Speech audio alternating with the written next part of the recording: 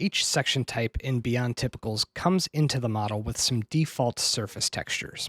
These include concrete for the sidewalks and curbs, and asphalt for the lanes and shoulders, and so on. But each of the sections also has a default set of subsurface layers which appear on the front and back edge of the model. And these subsurface layers can be customized using the section's texturing menu. I've selected this bike lane, and we can get to that texturing menu by clicking the paintbrush icon here on the left. You can see there's a basic texturing menu at the top, which allows you to change the surface texture of that section while everything else is locked away. To customize these front edge layers, you can click the Unlock toggle, which opens up all the subsurface layers for additional texture changes. So I can do something like change this subbase layer here to a different color, and I can also change it to one of the other 40 plus textures that are included in Beyond Typicals. I've heard from some users that they want some additional control over the subsurface depths and layering, and in some simple cases, a request of, can I get this asphalt to appear thicker, can be as simple as taking the next layer down and changing it to the texture that matches the layers above it. So in this case, all we need to do that is change layer 3 to asphalt fresh to match the top two layers and now appear like a thicker asphalt section. But there are also some cases where just changing those layers isn't going to get the specific look that you need at the front of the section. For instance, there's this shoulder section which I've changed to concrete. I've raised it up 6 inches so it appears at the top of the curb and gutter next to it, but what that did was raise all these other layers up 6 inches as well, and now I have this uneven subgrade layer beneath the road, where I might want that to be a consistent line of gravel all the way from the left edge of the left shoulder to the right edge of the right shoulder. Starting at version 3 of Beyond Typicals, there's a great workaround for this. In the Dynamic Assets menu, there are some building block asset templates, which are just simple 3D geometric shapes that can be brought into the model and then resized and retextured. You can use these building blocks to help you achieve more specific and customizable subsurface layers, and I'll show you some examples using this roadway section. So what I'm going to do is start with a box.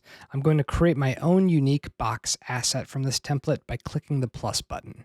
And then up at the top of this list, there's now an item called box with a random number. This is its own unique box asset, which by default starts as a 1-foot cube with a concrete surface texture.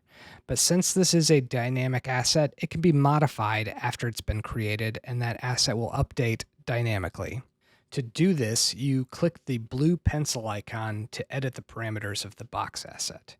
I can change its starting size from imperial to metric, so if you're used to metric units and want better control over its size, you could start with a 1 meter cube instead of a 1-foot cube.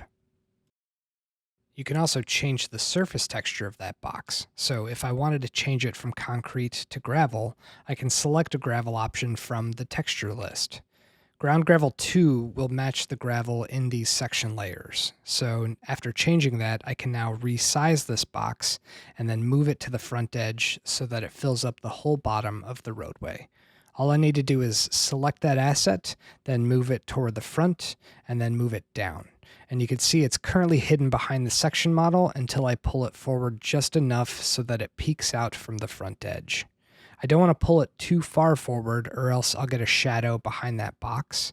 So you can use this X coordinate location to move it forward or back incrementally until it barely comes out in front of the front edge of the model.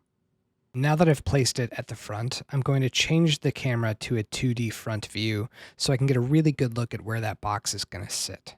Then I can use the positional control to get that box's origin point right at the spot where I want it, and then I'm able to resize the box by changing its X and Z scale to change its size disproportionately. An X scale modification is going to make this box wider, so I'm going to increase that factor to about 27, which will make that box 27 feet wide, which should be enough to stretch it all the way across the width of the roadway. Then, if I needed to make it taller or shorter, I could change the Z scale.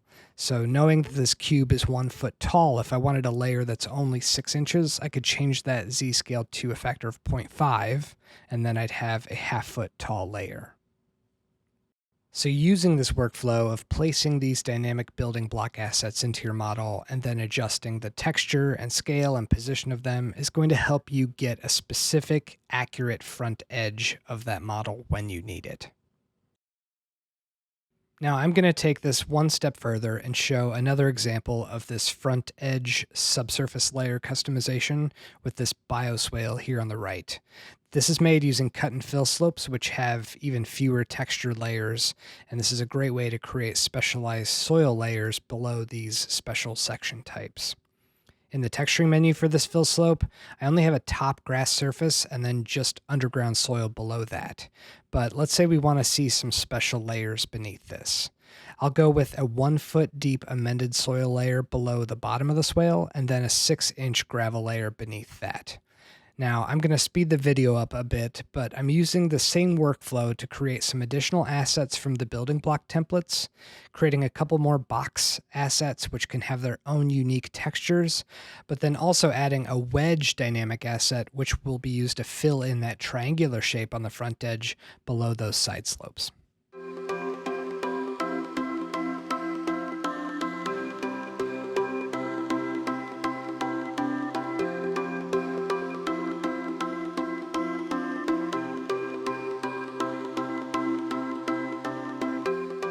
There we go. So using the dynamic assets that can be reshaped and retextured and placed in the specific location on that front edge, that's going to give you a lot more customizable control over the front edge to get that specific look and those specific depths for your sections. If you have any other questions about our texturing, please feel free to reach out to Brian at beyondcad.com or leave a comment on this video. Thanks for watching.